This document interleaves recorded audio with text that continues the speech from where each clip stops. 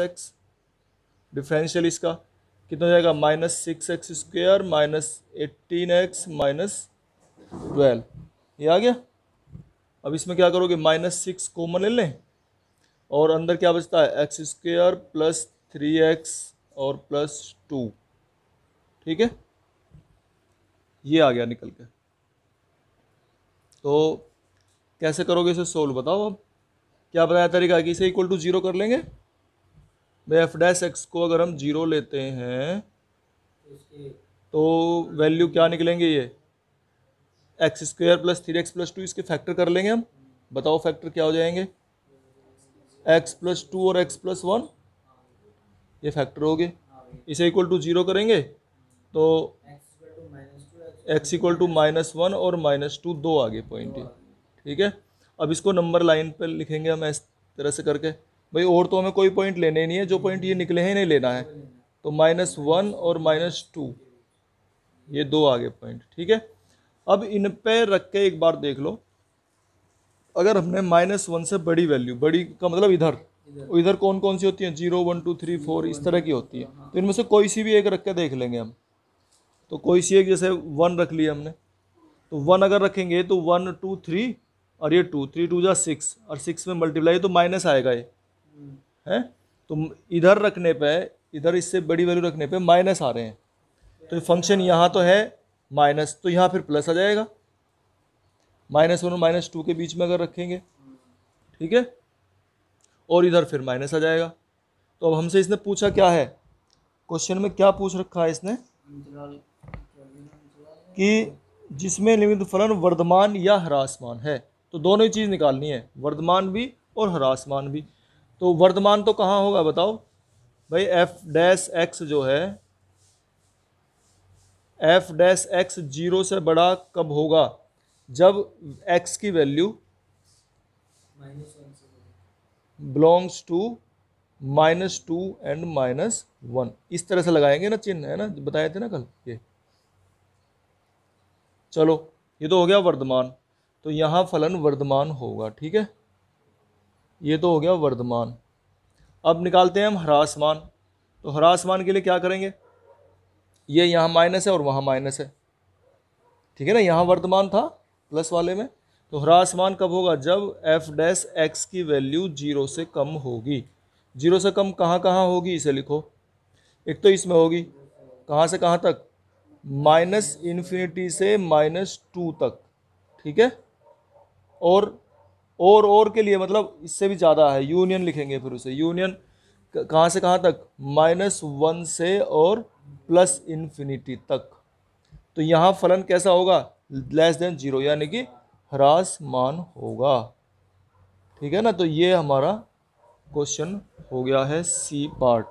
बताओ f' निकालना है हमें, तो फर्स्ट फंक्शन इसका डिफरेंशियल कैसे करोगे, 3 और x - 3 होल स्क्वायर बचेगा, और फिर x - 3 करेंगे तो 3 का 0 और x का 1, बस यही होगा।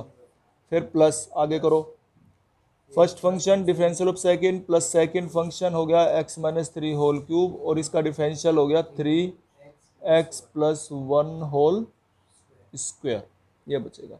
अब इसमें से कॉमन ले लो, जो कॉमन आ रहा है, तो कॉमन तो 3 आ रहा है, एक x + 1 होल स्क्वायर आ रहा है, एक x - 3 होल स्क्वायर आ रहा है। अब यहाँ बचेगा हमारा x + 1 और इसमें बचेगा हमारा x - 3।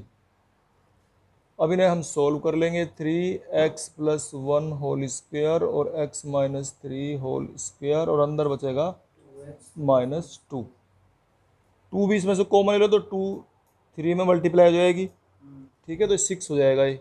2 यहाँ से कॉमन ले लिया हमने, और x + 1 whole square, x - 3 whole square और x - 1।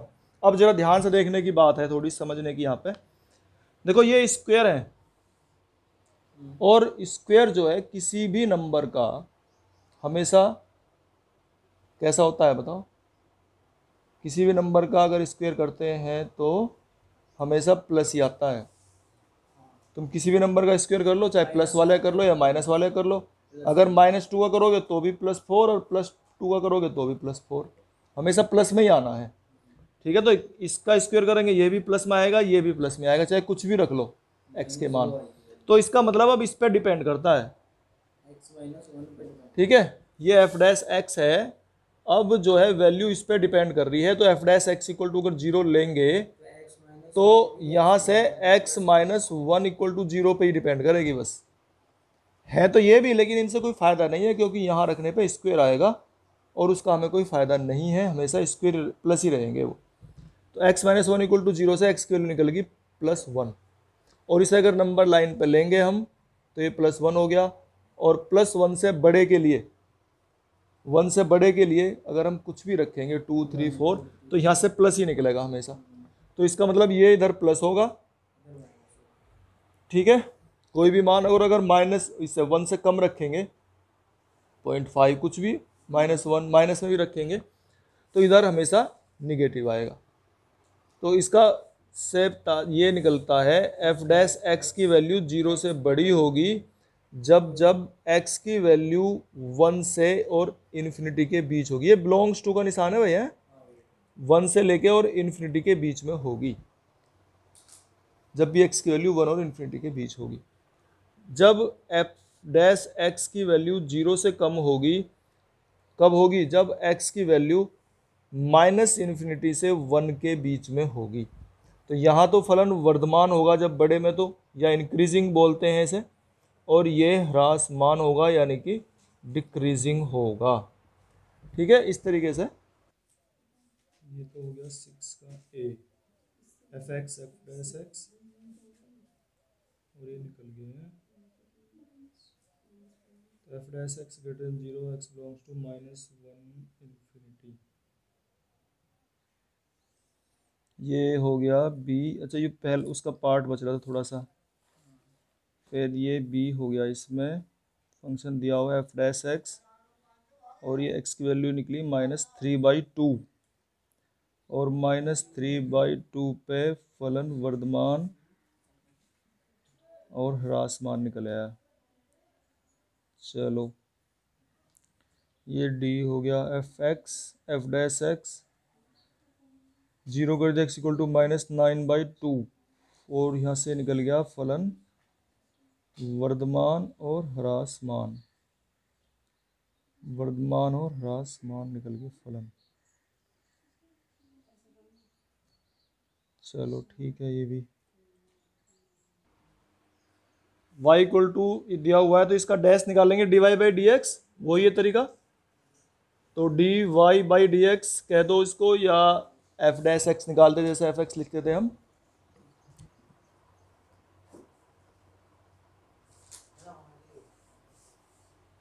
तो निकालेंगे dy/dx, क्या होगा? log x का 1/x, तो 1/1 प्लस एक्स, माइनस इसका निकालो, कैसे निकालते थे डिफरेंशियल भाई? अंश बटे हर है, तो फॉर्मूला क्या था? हर का वर्ग, फिर हर इंटू अंश का अवकलन 2x, 2 का तो कुछ होना ही नहीं है, x का 1, और माइनस हर, तो ये अंश, और इंटू हर का अवकलन 2 + x का 2 का 0 और x का 1, तो यही आ गया बस निकल के, ठीक है।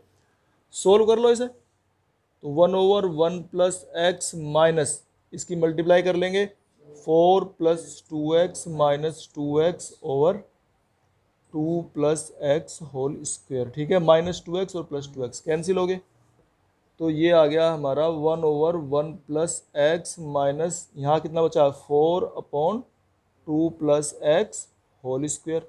और सोल्व करना पड़ेगा अभी हमें, तो सोल्व कैसे करेंगे? इसमें इसका एलसीएम आ गया, ये 1 + x और 2 + x होल स्क्वायर, फिर क्या होगा? ये यहाँ आ जाएगा, ये यहाँ आ जाएगा, जब ये यहाँ आएगा, इसका होल स्क्वायर खोल कर रख रहा हूँ मैं, तो ये 4 + x² + 4x, और इसकी इसमें मल्टीप्लाई होगी -4 - 4x, क्लियर है।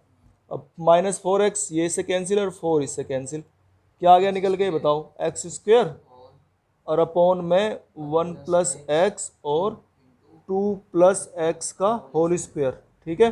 अब देखो ये स्क्वायर है, मैंने बता रखा पहले, स्क्वायर पे कोई अंतर नहीं पड़ता, अगर किसी नंबर का स्क्वायर है तो वो वर्धमान या ह्रासमान में हमारी कोई हेल्प नहीं कर सकता, क्योंकि वो तो हमेशा पॉजिटिव रहना है, उस पर तो कोई फर्क पड़ना नहीं है।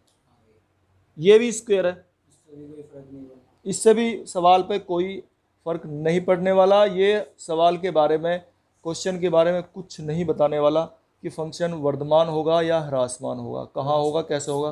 तो स्क्वायर वाले की तो विशेष ध्यान रखो। स्क्वायर क्या, जब भी पावर सम संख्या में आ रही हो, 2 हो, 4 हो, 6 हो, इस तरह से, वो कुछ हेल्प नहीं कर सकता।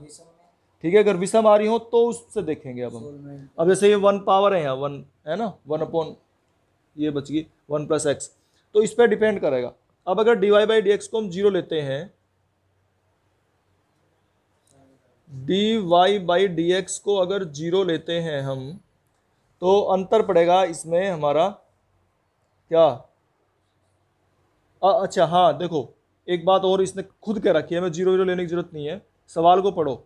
इसने क्वेश्चन में कह रखा है कि x ग्रेटर देन -1, कि x ग्रेटर देन -1 लेना है। तो अगर हम x की वैल्यू -1 से बड़ी लें, अगर नंबर लाइन खींचते हैं और नंबर लाइन पे ये -1 हो गया, इधर सब बड़े हैं पॉइंट, तो बड़े हैं, जो 0 भी बड़ा है, 1 2 3 4 कुछ भी रखें, अगर हम पॉइंट -1 से बड़ा रखें, तो अगर -1 से बड़ा रखेंगे तो यहाँ देखो, अगर -0.5 रख दिया या 1 रखा या 2 रखा या 3 रखा, हमेशा ये पॉजिटिव वैल्यू आ रही है निकल के। भाई इनमें तो रखना ही नहीं है, तो स्क्वायर है, ये तो पॉजिटिव आने ही आने हैं। लेकिन अगर इसमें रखेंगे तो dy बाई डी एक्स, तो इसे लिख देंगे फॉर ईच होता है इसका मीनिंग, प्रत्येक के लिए, हर एक के लिए, यानी कि x का हर एक मान अगर -1 से बड़ा रखेंगे तो dy बाई डी एक्स, ये क्या निकाल रखा था हमने, dy बाई डी एक्स निकाल रखा था। तो dy बाई डी एक्स का मान, या इसे f डैश x कह रहे थे हम, या y डैश कह सकते हैं, तो y डैश का मान जो है 0 से हमेशा बड़ा होगा।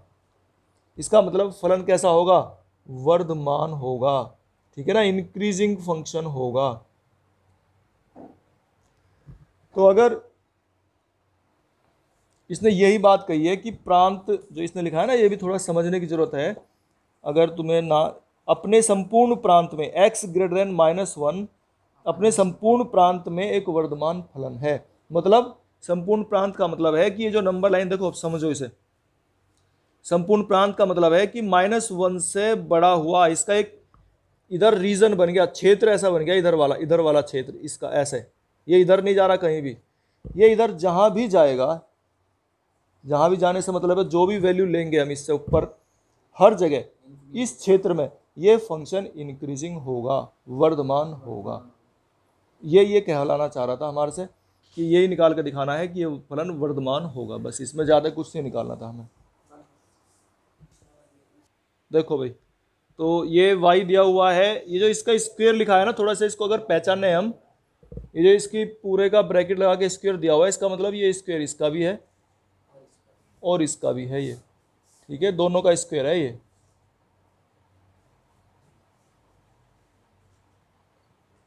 तो अच्छा, अब इसका dy बाई डी एक्स निकालना, y डैश कह दो उसे या dy बाई डी एक्स कह दो। तो फर्स्ट फंक्शन, और इसका डिफरेंशियल करेंगे तो 2x - 2, ये आ गया, प्लस सेकंड फंक्शन, और इसका डिफरेंशियल करेंगे तो 2x आ गया। इसमें से कॉमन ले लेंगे, 2 आ रहा है, x आ रहा है और x - 2 आ रहा है। अंदर क्या बचेगा, एक तो x बचा यहाँ से दो, और यहाँ से क्या बचा, x - 2 बचा है। चलो अब इसको लिखेंगे हम 2x x - 2, और ये हो गया 2x - 2। इसमें से 2 कॉमन और ले सकते हैं हम, तो 2 2 ज़ा 4 हो जाएगा, 4x x - 2 और x - 1, ये हो गया ना, x - 1 हो गया ये। ठीक है, इसमें कहीं भी स्क्वायर नहीं है। अब इसे अगर 0 लेते हैं, taking y dash equal to 0, इसको 0 लेते हैं तो x की वैल्यू देखो क्या क्या निकलेंगी, 0 निकलेगी, 1 निकलेगी और 2 निकलेगी, ये x की वैल्यू आ जाएंगी। फिर क्या बताया था, नंबर लाइन बना लेंगे एक बार, इस पर ये पॉइंट लिखे लेंगे, जो जो पॉइंट निकल के आ रहे हैं हमारे, निकल गए पॉइंट। फिर क्या बताया था, आप जैसे 2 से बड़ा रख के देख लो, 2 से बड़े नंबर 3 रख लिया जैसे, तो 3 यहाँ पॉजिटिव आएगा, यहाँ पॉजिटिव आएगा, यहाँ पॉजिटिव है, तो इसका मतलब यहाँ प्लस है, यहाँ माइनस होगा, यहाँ प्लस होगा, यहाँ माइनस होगा। ठीक है, अब वर्तमान कहाँ कहाँ होंगे, यानी कि y डैश का मान 0 से बड़ा कब कब होगा, तो वो वर्तमान होगा ना वहाँ फंक्शन। 2 से इन्फिनिटी के लिए देखो एक तो 0 से 1, और 2 से फिर infinity। 2 से इन्फिनिटी, यूनियन लेकर के लिख देंगे उसे, क्योंकि दूसरा आ गया ना वो, हाँ भैया 2 से प्लस इन्फिनिटी। तो यहाँ फलन कैसा होगा? वर्धमान होगा। वर्धमान होगा, x बिलोंग्स टू, और फलन होगा वर्धमान। चलो अब निगेटिव कब होगा? निगेटिव माइनस में कब होगा? जब x की वैल्यू, देखो यहाँ माइनस इन्फिनिटी से 0 के बीच होंगी, एक पॉइंट तो ये हो गया, और एक और यहाँ हो गया ये 1 से 2 के बीच में, -1 हो ना, ये 1 ही 1 और +2 और 2, प्लस माइनस तो है ही नहीं कहीं भी, 1 और 2 हैं। तो यहाँ ये फलन डिक्रीजिंग होगा, ह्रासमान होगा। ठीक है, इस तरीके से हमें ये निकालना है।